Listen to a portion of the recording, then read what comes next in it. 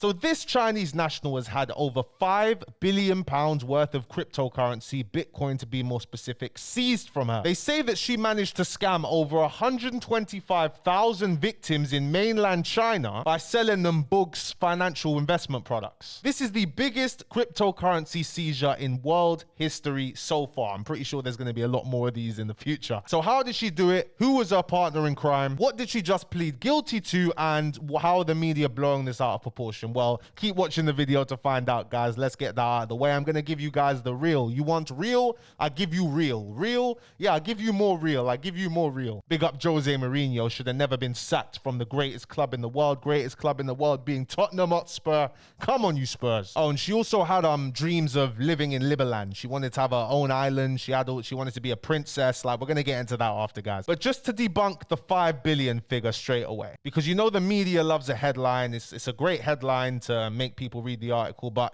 it's 5 billion that they've seized in cryptocurrency now, but she did not steal 5 billion pounds from China, all right? If she did that, she would have disappeared. Because if you guys remember the CEO of Alibaba, I think he's making public appearances again now, but because he said something about the way the Chinese government was operating and he was the richest man in China, he vanished for like years. Nobody knew where he was. But it's this company, it's Tianjin, I'm not even going to try and say that, but electronic technology. And what they did was sell people investments where they said they would see returns of up to 300%. And what makes it even more crazy is if she didn't do a runner and she actually kept the facade going and kept on investing all of her money into cryptocurrency, bro, she could have paid them off and still had billions to drink herself. But I didn't even know China had limited liability companies as well. You know, the amount of Chinese propaganda we're fed over here, you'd think you couldn't do that. But in China, you can start a company, and if it goes bust, if people lose their money, you aren't responsible. Limited liability, same thing that we have in the UK, same thing we have everywhere, you know, capitalism. Hence why when companies pollute all the water in the area, they ain't responsible because it's a limited liability company. But I did try and access China's website where they list all of their companies, but you can't access it unless you are on a Chinese IP address. I really ain't got time to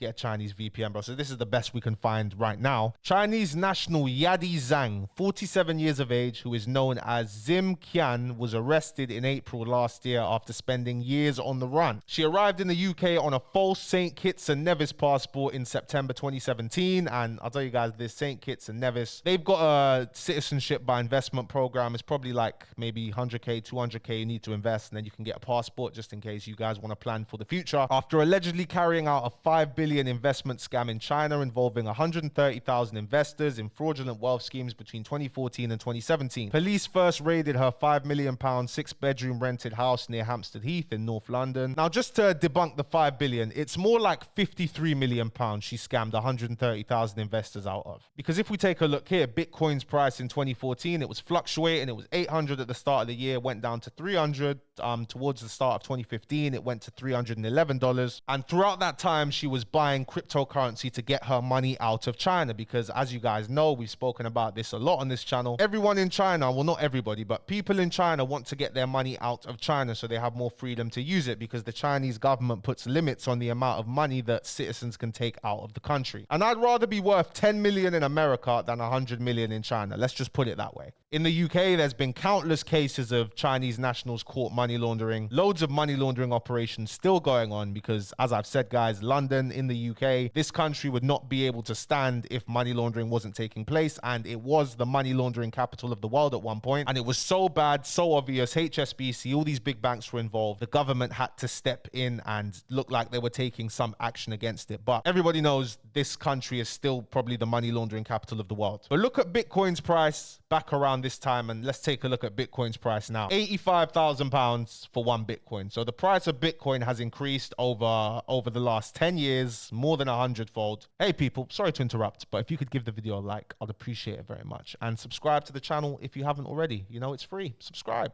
Hey, damn, even yesterday there was a little rise. Yesterday, just taking a look at this, man. But it was another 2.5 years before investigators discovered more than 61,000 Bitcoin in digital wallets, one of the biggest ever cryptocurrency seizures in the world. The cryptocurrency was worth more than 1.4 billion at the time, but its value has now risen to more than 5 billion, and the fortune is at the center of an intense battle between the UK government and Chinese investors over who gets to keep it. And that's right, because investors were scammed out of about 53 million pounds according to my estimates. So the investors are going to be thinking, hey, listen, our investment was actually successful. We want some of that billion, but that's not going to happen because Rachel Reeves, the Chancellor, she says this can help to plug the hole in public finances. And UK government, I mean, I know none of you are seeing this. I know this probably ain't going to happen. Pay the investors back their money with interest, pay them their money back with interest and keep the rest of this cryptocurrency for the country's sake. Because I know you guys, your government, you guys are at the center of this, digital ID, online safety bill control. You lot want to be like China. But let's not do what we did with the oil fields, bro. Because when oil was discovered in some sea near England, I think it's the North Sea, and geography is not my strongest subject. I apologize, guys. The UK government sold it off, privatized it, didn't do much with it, and we didn't get to see the benefits. But in Scandinavia, I think it was Norway, with their section of the reserves found, they invested it. And the company's got a sovereign wealth fund worth like $1 trillion because they invested that money into things like the S&P 500. And with the way cryptocurrency is looking right now, cryptocurrency may well become the new S&P 500. I was skeptical about crypto at first, but the way it's looking now, especially with Bitcoin, you found 61,000 Bitcoin. Hold on to that, because in the future, that 5.3 billion, that could be $1 trillion. And I'm not even exaggerating here. Inflation's out of control. National debt is 99% of GDP. Hold on to that cryptocurrency. Zhang was due to face trial at Southwark Crown Court, but has pleaded guilty to charges of possessing criminal property and transferring criminal property on or before the 23rd of April 2024. And obviously, she needs to be tried in China. I don't think she wants to go back to China because that will not be a fun time at all. Hopefully, they're going to follow due process, give her a fair trial. We're not sure how that works in China because there are countless Ponzi schemes that are still running, that I can't believe are still running. What's the one my mum told me about? Herbalife.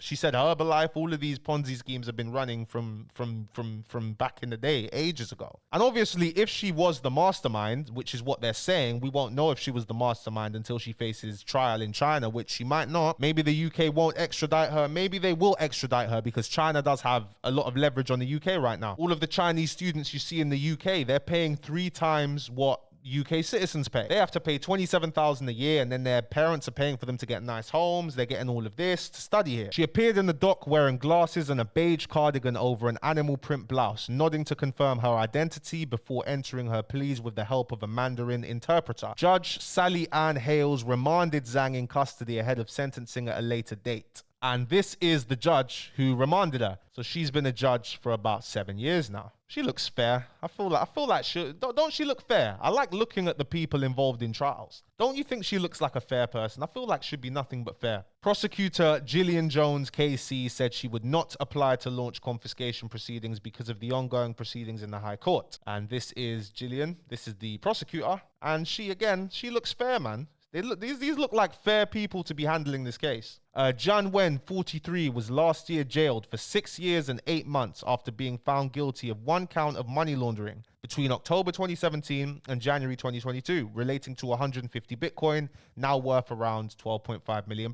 And obviously, the mastermind used Jian Wen to help her launder some of her money, because laundering £5 billion, I mean, yeah, you're going to be gassed like fucking hell, but laundering it is another mission, bro. How are you going to launder all of that money? Her trial heard Wen was not involved in the alleged fraud, but was said to have acted as a front person to help disguise the source of the money, some of which had been used to buy cryptocurrency and smuggled out of China on laptops. This is one of the largest money laundering cases in UK history and among the highest value cryptocurrency cases globally. Well, if you guys look into HSBC, I'm pretty sure you'll find a much larger money laundering case. And this has been going on since last year. Here, the Crown's Prosecution Service gave out a notice to the victims of the Lanshan Geryu fraud. I can't even say it. But they started seizing the proceeds of crime like in 2024. The mastermind emerged from relative obscurity to run a Chinese company called, I'm not even going to say it, launched in March 2014. They sold investment products, but in reality, she was simply funneling her investors' money into Bitcoin for her own enrichment. And Zhang's lawyer, who we are going to look up, Roger Sahota, this is the man. He was defending her. He was defending her in court.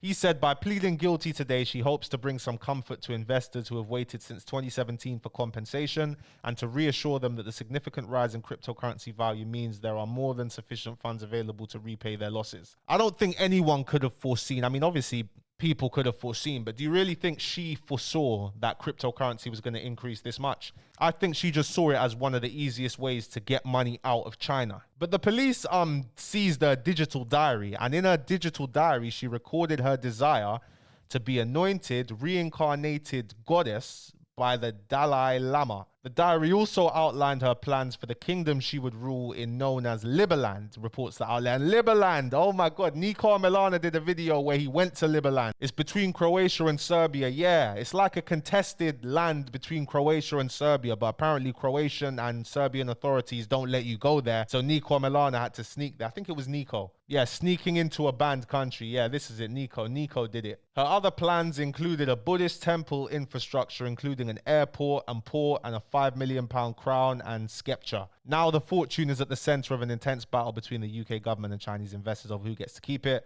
I hope the UK government keeps it, man. I hope they keep it. There's even another document I found about the company, a petition to wind up. The petition was presented by Mr. Wang Wu of Changzhou City, Jiangsu province in China, someone from China wanted the company wound up, pretty much. On the 5th of November 2024, that's when this was published. But yeah, that's it. Let me know what you guys think in the comment section below. Chung Lee, what do you think? Chung Lee's from Hong Kong, for those of you guys that don't know. Chung Lee says, hey, all of these Ponzi investment schemes you see in the West happen in China daily. You just don't see it reported because everything is kept tightly controlled.